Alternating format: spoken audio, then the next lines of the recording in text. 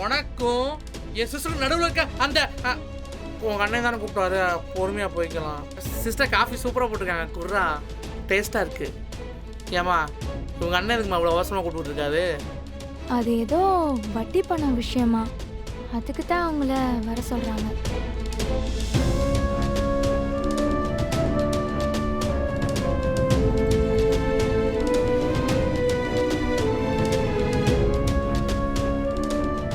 மாப்பிள்ள, நேற்று நடந்தது உனக்கு ஞாபகம் இருக்குல்ல? சிஸ்டர்கிட்ட சத்தியம்லாம் பண்ணி கொடுத்துருக்க, அதை மட்டும் மறந்துடாத மாப்பிள்ள. கண்டுக்காத விடு பாண்டி. அதெல்லாம் அந்த நேரத்துல சமாளிக்க பண்றது. இப்போதைக்கு இவங்க கேக்குறதெல்லாம் பண்ணி கொடுத்துட்டா வாய் அடைச்சிடலாங்கிறதுக்காக சும்மா பண்ற சத்தியம். போ போய் எத்தனை குடும்பத்தை நடுத்தெருவில் நிறுத்தணுமோ நிறுத்து. அந்த பையனோட நம்பரை சேவ் பண்ணனான்னு தெரியலையே. முதல்ல நான் அந்த பையனுக்கு ஃபோன் பண்ணி, இவெல்லாம் திருந்த மாட்டான், என் அக்காவா நினைச்சுக்கோன்னு உன்கிட்ட சொன்னதெல்லாம் தப்பு, என்னை மன்னிச்சிரு, நீ என்ன பண்ணணுமோ பண்ணிக்கோன்னு சொல்லணும். ஃபோன் எங்க? ஏன் இப்படிலாம் பேசுற? என்ன நீ என்ன இன்னும் இங்கே உட்கார்ந்துட்டு இருக்க? உங்க அண்ணன் வர சொல்லி எவ்வளவு நேரம் ஆச்சு? போ, நீதான் உங்க அண்ணன் சொல்ல தட்டவே மாட்டிய. போ போ போ, போய் சீக்கிரமா போய் வசூல் பண்ணு போ. டைம் ஆக போகுதுடா, போ. டேய் மாப்பிள்ள, என்னடா சொல்ற? நிஜமாவா? ஆமா. உங்க அண்ணன்டே சொல்ல போற? ஆமாண்டா.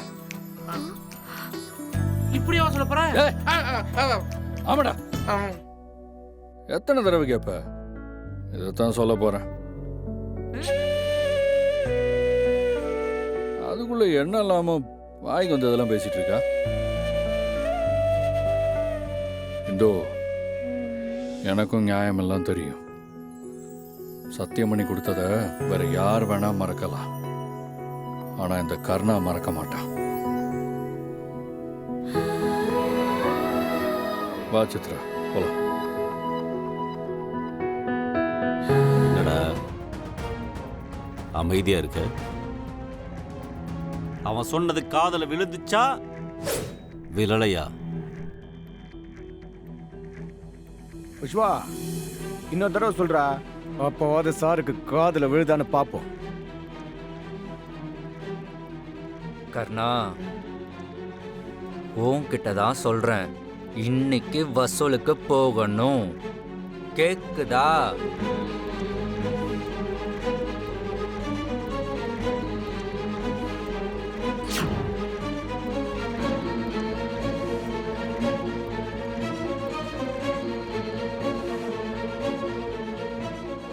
என்ன கர்ணா,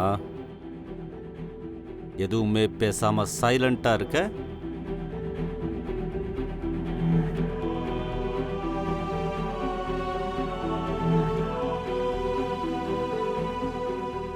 டேய், அண்ணன் பேசிக்கிட்டு இருக்காரு, நீ என்னடா அவட பாத்துக்கிட்டு இருக்க?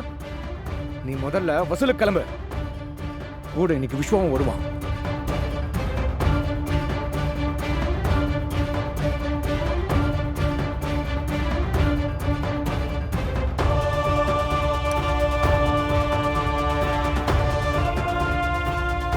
ஒண்ணு போறேன்னு சொல்லு, இல்ல போக முடியாதுன்னு சொல்லு. ரெண்டையும் சொல்லாம இப்படி பார்த்துட்டு இருந்தா என்னடா அர்த்தம்?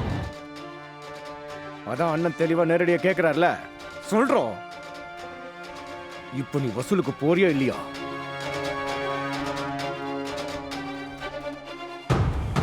என்னடா எல்லாம் புதுசா இருக்கு? அப்போ நான் கேட்டும் நீ பதில் சொல்ல மாட்ட. என்னால சொல்ற, உன்னால என்னால வசூலுக்கு போக முடியாதுன்னு.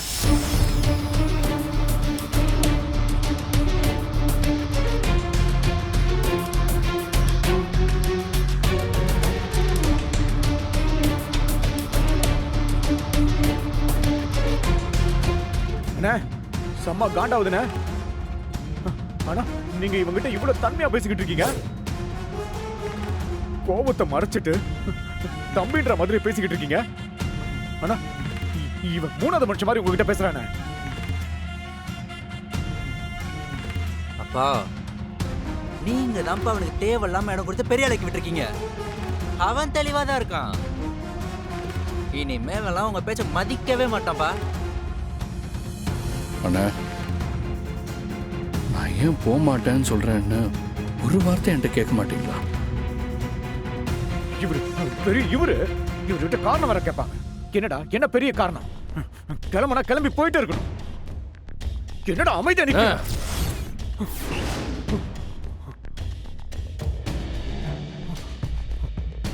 அண்ணா வேண்டாம். அடிக்கிற கை கிருபான கையா மட்டும் இருந்தாதான் என் கை அமைதியா இருக்கும். அதை தவிர வேற யார் கை எமல பட வந்தாலும் என் கை சும்மா இருக்காது. அவருக்கு மட்டும்தான் அந்த ரைட்ஸ் இருக்கு. எனக்கு உன் மேல உரிமை இருக்கிற உண்மையிலே நினைச்சிருந்தா நான் சொன்ன அடுத்த செகண்டே என்ன ஏதுன்னு கேட்காம வசூலுக்கு கிளம்பி போயிருக்கணும். அண்ணா நான் வசூலுக்கு போக மாட்டேன்னு சொன்னது உங்களை எதிர்த்து பேசுறதுக்காகவோ இல்லை இந்த சொல்லியோ இல்லை. நான் என்னைக்குமே உங்களை எதிர்த்து பேசவே மாட்டேன். அப்புறம் ஏடா போக மாட்டேங்கிற? அண்ணா நான் போக மாட்டேன்னு சொன்னது ஒரு நல்லதுக்காகத்தான். அண்ணா இவன் புது கதை சொல்றானே, இவனை நம்பாதீங்க. ஏய் நீ வசூலுக்கு போலாம், அண்ணன் எப்ப நல்லா இருப்பாரு? இதுல எங்கடா அண்ணனுக்கு நல்லது இருக்கு? சொல்றோம். எலெக்ஷன் முடிகிற வரைக்கும் யாரும் வசூலுக்கு போக வேண்டாம். என்ன பேசுறாரு? பா என்னப்பா சொல்றீங்க? எவ்வளோ பணம்ப்பா? பரவாயில்லடா, எங்கே போகுது? நம்ம பணம் தானே. நம்ம கிட்ட பணம் வாங்கின எல்லாத்துக்கும் நம்மளை பற்றி நல்லாவே தெரியும்.